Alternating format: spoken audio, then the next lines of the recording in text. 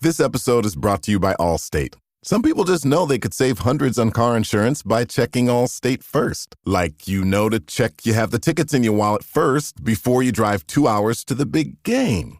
Seriously, you had one job. Now the closest you'll get to the 50-yard line is parking lot D. Yeah, checking first is smart. So check Allstate first for a quote that could save you hundreds. You're in good hands with Allstate. Savings vary. Terms apply. Allstate Fire and Casualty Insurance Company and Affiliates. Northbrook, Illinois. Imagine the softest sheets you've ever felt. Now imagine them getting even softer over time. That's what you'll feel with Boll & Branch's best-selling signature sheets in 100% organic cotton. In a recent customer survey, 96% replied that Boll & Branch sheets get softer with every wash. Start getting your best night's sleep in sheets that get softer and softer for years to come. Try their sheets with a 30-night guarantee, plus for a limited time, get 20% off your first order. At bollandbranch.com, code SPAN. Exclusions apply. See site for details.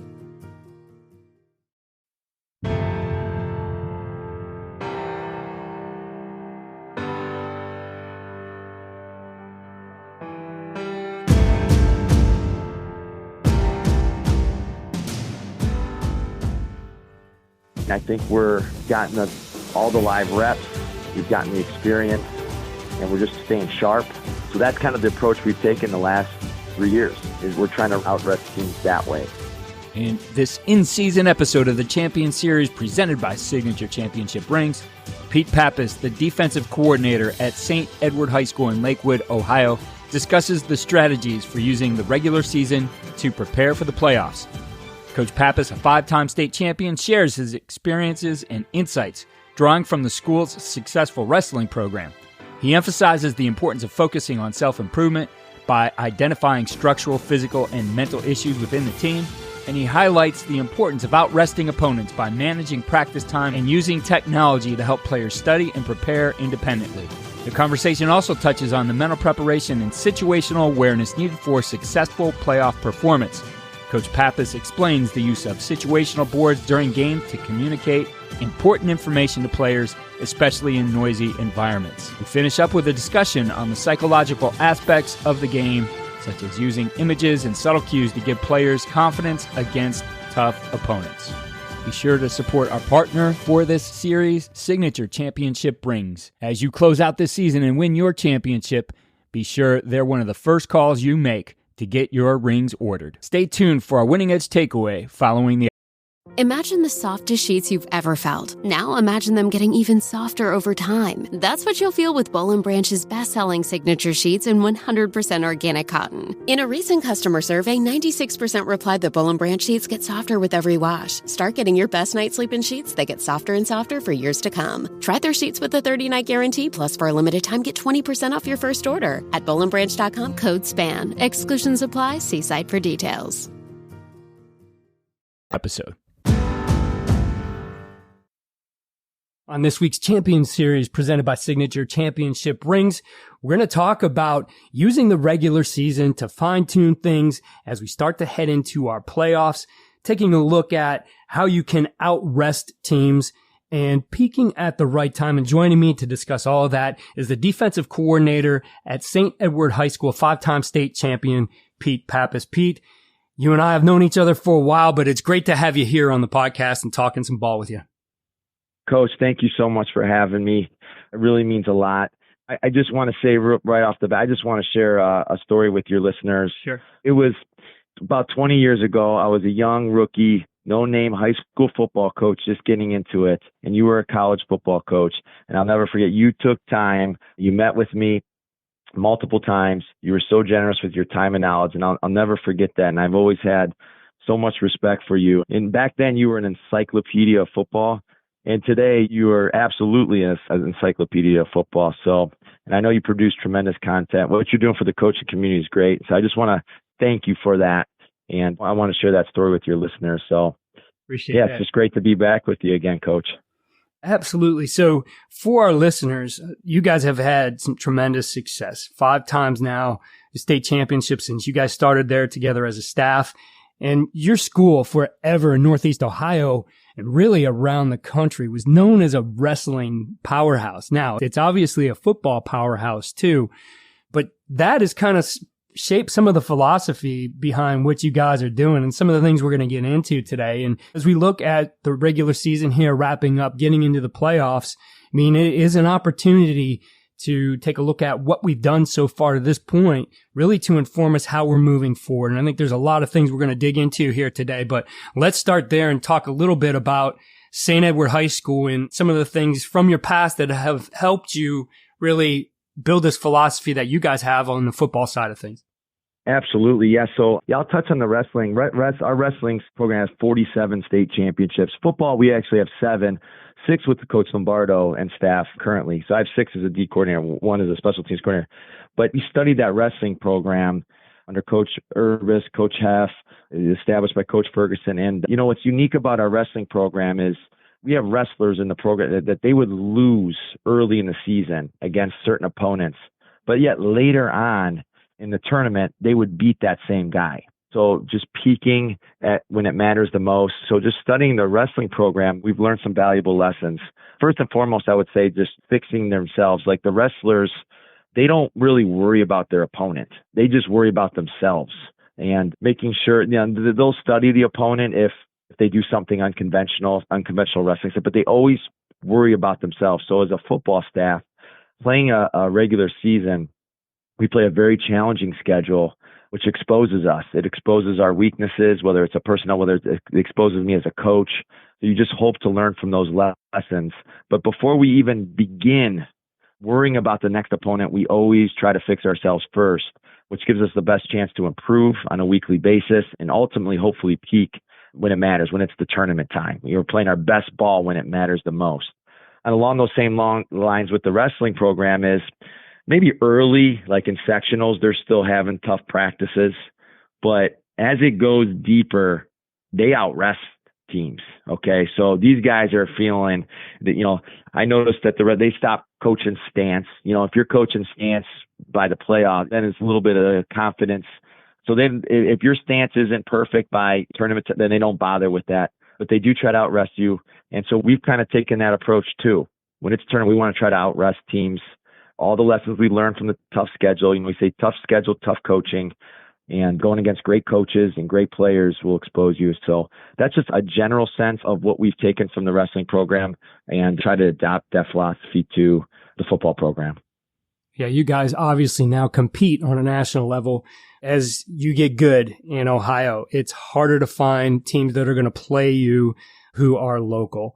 And you want that challenge. But as you said, when you're playing the best all the time, when you're playing a national schedule and other nationally ranked teams, things will get exposed. There will be weaknesses that people can see. And obviously, as you get into the playoff time, you're going to face some tough teams in Ohio, being in, the biggest division, Division I. Maybe in the area, you don't play as many teams as you used to, but across the state, there's some really good football programs that you guys got to compete with in the playoffs. So they are able to see like, hey, wow, played this team here. Look what they did to them. Look how this worked against them, etc. What kinds of things are you doing? I know it doesn't wait to playoff time, but you said to fix us first. What things do you focus on? What are the things you're going to do? And I guess carry that into practice and in the way that you teach and get those things right, especially heading into the playoffs. Yeah, Coach, that's a great, fundamentally tackling, like I am a little concerned. We have our first scrimmage coming up. We're going against a great back, a dual threat quarterback, and we don't tackle our guys at practice. Okay. We're not going to tackle our starting back and this and that. So we thought and whatnot. So the tackling is not great at the beginning, week 1. So hopefully the culture and swarm mentality can erase some of that. But by week 11, we want to be tackling great. Now that we've gotten that experience. But yeah, some of the things we look at is we're breaking down efficiency, defensive efficiency. So we have criteria what defines success on first down. Okay, we want to limit runs to 3 yards or less on first down. I'll just give you an example. We have criteria for second down. We have red zone. We have all these criteria and measurables, and we put the data in. And if we're giving up 4 yards on first down runs, then we want to look at what's the cause of that. So the cause could be one of 3 things. It could be structural. And we'll identify, we have columns in Huddle for this. It could be a structural flaw, which means if your drop coverages are to limit passes to 5 yards or less, say you're playing cover 3 and it's 5 yards or less, that's your defined and it's 3rd and 3 and you call cover and they complete a 3-yard pass, well, that's an example of a structural flaw. Okay. So we'll look at that. Structural, do we have enough calls in our inventory? Did I not call the right call? So structural is more on the coaching side of things.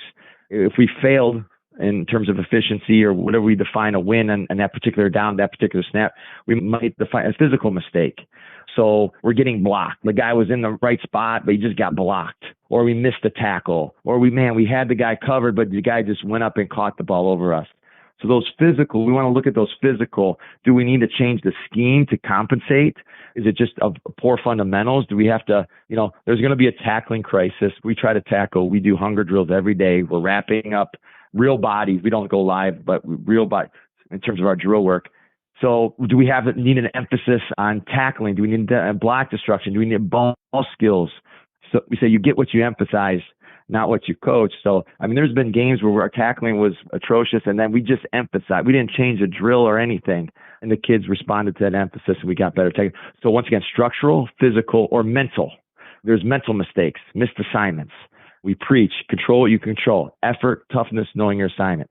Well, if guys are missing assignments, in the first game, there might be some of that, even though we're running the same calls over and over in minicamp.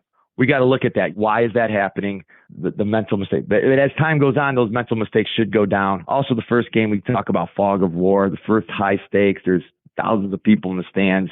We really want to try to limit the mental mistakes. We try to create practice, make practice way tougher than it is in the game. But so that's what we're going to look at every week.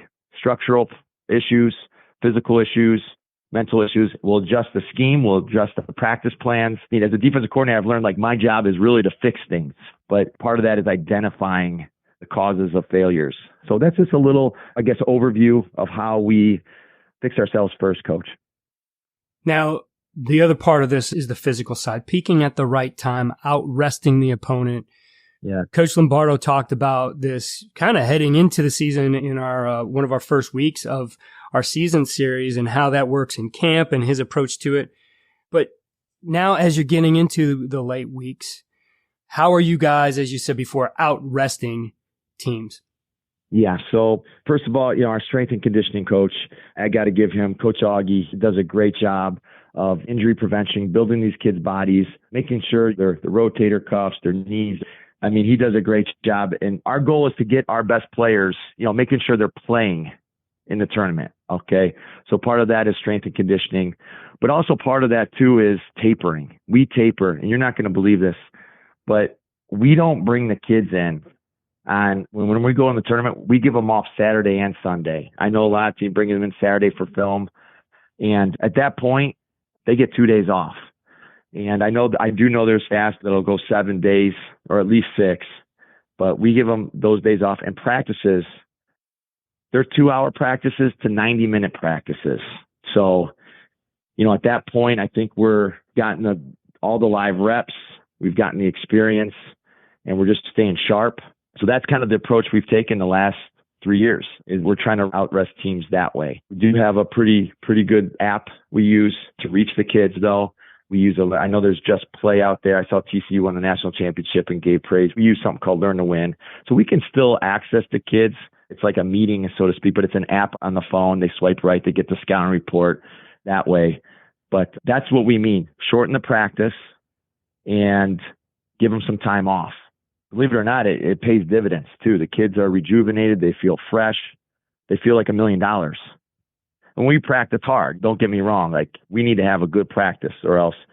But that's kind of what our philosophy is right now, Coach, in terms of practice time. Meaningless stuff. Why do we gift so much meaningless stuff?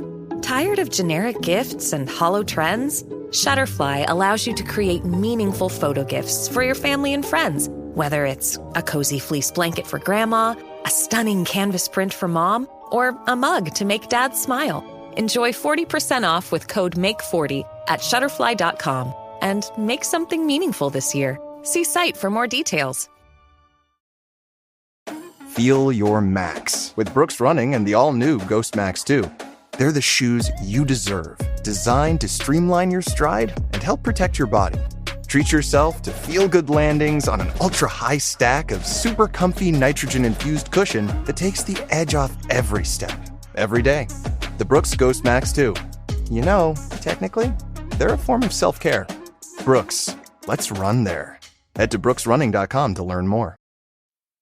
Now, in looking at some of what you guys are doing on the mental side, you said you use the Learn to Win app, but yes, sir. What type of, I guess for lack of better terms, what type of content are you putting in there, right? I know you go on Huddle and assign playlists, and I think what some of these apps do is give you a more guided approach, a more focused approach to learning rather than, hey, here's some cut-ups for you guys to watch. What does that look like for you in terms of the content you're going to provide them for them to learn and prepare on their own before they see you for that first practice? Yeah, great question, Coach. So right now we're in mini camp. So they get the install. The day, so tomorrow's Wednesday. So they already have the practice plan released. I released it right after the practice. So they see what the install is tomorrow. They'll see if there's any adjustments. They'll see, we have hunger drills. You just show them. They'll see the call sheet for tomorrow. So they're getting that type of information. And then also I'll screen capture some plays with some notes on it, put it on there. So, and I get a report whether or not they did it. Now, if the kids don't do it, they get a loaf. That counts as a loaf too. So it's part of our culture. It's just understood they're going to be swiping right. It only takes 5 minutes at their convenience. We also put our calls in that system. So at any point during the season, we're running whatever the call may be. They can go back and there's a database and they can open that folder and say, oh yeah, geez, I'm supposed to long stick or I'm supposed to peel on the back. It serves as a reference guide for them, available at their fingertips. But when it comes to the actual season, they will get a scouting report through the Learn to Win app. So usually try to find a real cheesy picture of the guy we're going against. But some of these guys, there's just these are creatures that we're having to defend. But I'll try to get a picture of them so they at least feel somewhat like they know the kid that they're going to be having to defend. A breakdown, maybe their highlight films on there, an overview of the offense. And then every day we kind of system our preparation cycle. If we're doing red zone, on the Learn to Win app, they'll see the red zone routes, red zone plays, what we're calling in red zone. So all that information, so they come to practice prepared. They at least have an idea of what's going to be going on. If there's an install during the regular season or adjustment, that'll be on there too. So that's what we're using the Learn to Win app for. I can't live without it now. I can't imagine. It's a lot of work. I will say it's a lot of work, but I think it pays dividends. Now, a couple things there you've mentioned here. I know what the hunger drills are, stuff that's coming out of Penn State. And I know yes, Brent Pry took those with him to Virginia Tech as well. But for our listeners maybe who aren't familiar with hunger drills, just give us a little overview of that. Yeah, you just do fundamental, we cycle them. So say you got 4 stations, the tackle, block, destruction circuit, but there's some other elements to the game you can put into there, whether it's you need a takeaway drill in there, a batted ball, so you want to simulate a special situation, and it's taking the place of a block destruction or a tackling circuit, and there's 4 stations, and it's competitive, it's intense. The kids are learning the fundamentals through there. And that's what we call it, hunger drills, which basically we want to get intensity out of that session. And we want to be, it's not just a little activity to keep them busy. It's you're going to be in a situation in a game. So you need to really focus in on the fundamentals we value right now. There'll be a tackling drill in there for sure. There might be a tracking drill. There might be open field. There might be a block destruction. There might be some sort of takeaway component. There might be some sort of blitz technique. And we have a list and we have a cycle. We cycle through them to make sure we're hitting them all in a given week. So I just saw Kirby Smart's rodeo drill with the quarterback contain. We added that in the hunger drill. So yeah, that's what we mean by hunger drills, Coach. So I want to go back to your scouting report too. And it's something you said there. I remembered things I would used to do. And I just want to hear a little bit about your, motivation or thought process behind it. Putting in, as you said, the goofy picture of the players. And I could think back to, oh man, I was really getting into using PowerPoint, and we were using PowerPoint to present to our kids. This is somewhere the early 2000s. I still actually remember who the kid is and the picture that I took, but we were playing a very good team who we constantly struggled with, one of the best teams in not just the area, but in the state. And they had this stud linebacker, but from some of their pictures online, they were doing workouts in the summer. And it was just honestly how like the camera captured, this kid just looked like he was fat and out of shape. And I knew he wasn't, but taking that picture and putting in there is a little bit funny, but also to me, it was always the psychological side of things, especially when you're going against a good opponent, when you can humanize them a little bit from what the kids see on film. I do think it provides a little bit of a psychological advantage for your guys, whether they know it or not. Yeah, sure. I can definitely, the psychology of the game. Absolutely. Yeah. So if I can find it, I'll put it. I'm not going to spend too much time because like Jordan Marshall, he's number 1 back in Ohio. He's number 2 in the country. Like, there's no cheesy. I mean, I just put him up there. He looks like Mr. Olympia, and the guys, this is what we're going to have to deal with. But yeah, I'm with you 100%, Coach. If I can find that, I'll definitely do that. Humanize them. I like that. Yeah. I mean, for me, it was always just the little things like putting the cover sheet together.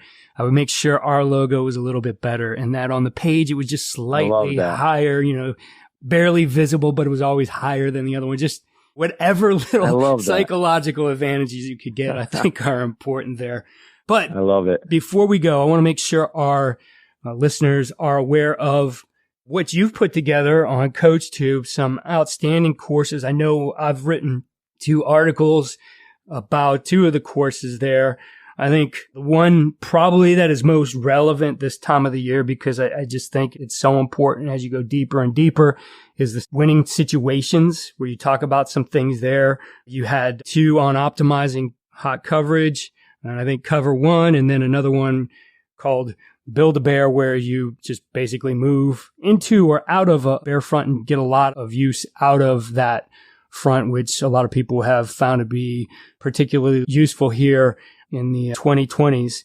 But digging into, especially the situational master, the one thing I really loved about this one is something you guys do, because everybody is no huddle today. It forces you to be in no huddle defense. The huddle was always, we used to call it a brief business meeting, right? And there could be a lot of information communicated there.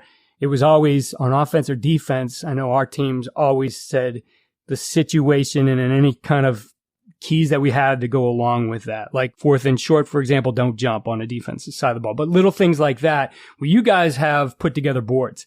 So your guys can look to the sideline and they see that board up that says 3rd and long. And then there's things that they think about there that give them the keys to make them situationally aware. And the game is always played in context. So I love this aspect of how you guys just communicate that down after down on defense. We'd love to hear you talk about that you put in your situational course. Thank you, Coach. And yeah, presenting content in that format, it's all new to me. So I see myself saying to the camera. So I'll get better as it goes. But thank you for making mention of that, Coach. Yeah, the situation, that's just through failures. That's just through failures and you were always good at this, Coach, in your coaching career, is finding a way to make it happen. And so, yeah, there's thousands of people, the game's being played fast, and you can't really hear well. And so, but it's 3rd and short. That's likely a hard count. So, our 3rd and short board goes up, and now those guys can see that, and they're alerting all 11 guys, hold your water, which implies anticipation. It gives your defense the ability to anticipate. It gives them a better chance to win a situation. Like you said, there's one little gold nugget that hold your water in that particular situation. 3rd and long is scud, so screen and draw. That's a likely play for the offense. That's a favorable play for the offense in those long yardage situations. We say that the defensive playbook expands on 3rd and long. The offensive playbook is a little more limited now, whereas on 1st and 2nd down, it might be vice versa. So, but we know the screen and draw could be very damaging, and so we want to make sure all those mechanics are activated. The guys are sensitive; they can anticipate it, and that's why that 3rd and long bar goes up. We say scud. We're crazy, but if one guy doesn't say it, practice. We're looking, we're listening, because it's really gives you a competitive edge situation. I wish I would have known that sooner. Just getting beat, believe me, I'm grateful for Coach Lombardo. I love Coach Lombardo. I value our friendship. I believe in Coach. He stuck with me through some rough, unnecessary, I would say, unnecessary failures. But St. Ed stuck with me, and we're just trying to improve every year. And by no means are we there yet, but those situational boards really help the kids. We added another one, 4th and long. We added a 4th and long board, knockdown alert. We intercepted a 4th and long ball more than once. And so I say, how can we emphasize this to the kids? How can we alert them? 4th and long knockdown, that the board goes up. So anyways, we have a red zone board. The big red board goes up on the 17-yard line going in, or 20-yard line, whatever you define as the red zone. And that tells the kids, okay, our red zone principles are now activated. So ball me man, defensive backs are out of phase and man coverage. So that's how we communicate some of those things to our players during the game, since we don't huddle and we can't be in their ear. So yeah, great stuff. I think very useful as you're heading into the playoffs. You will be playing in environments that are noisier maybe than during the regular season. So there's really some easy to do, useful stuff there to use. I'll put the link to that and all of Coach's courses in our description. Make sure you check those out.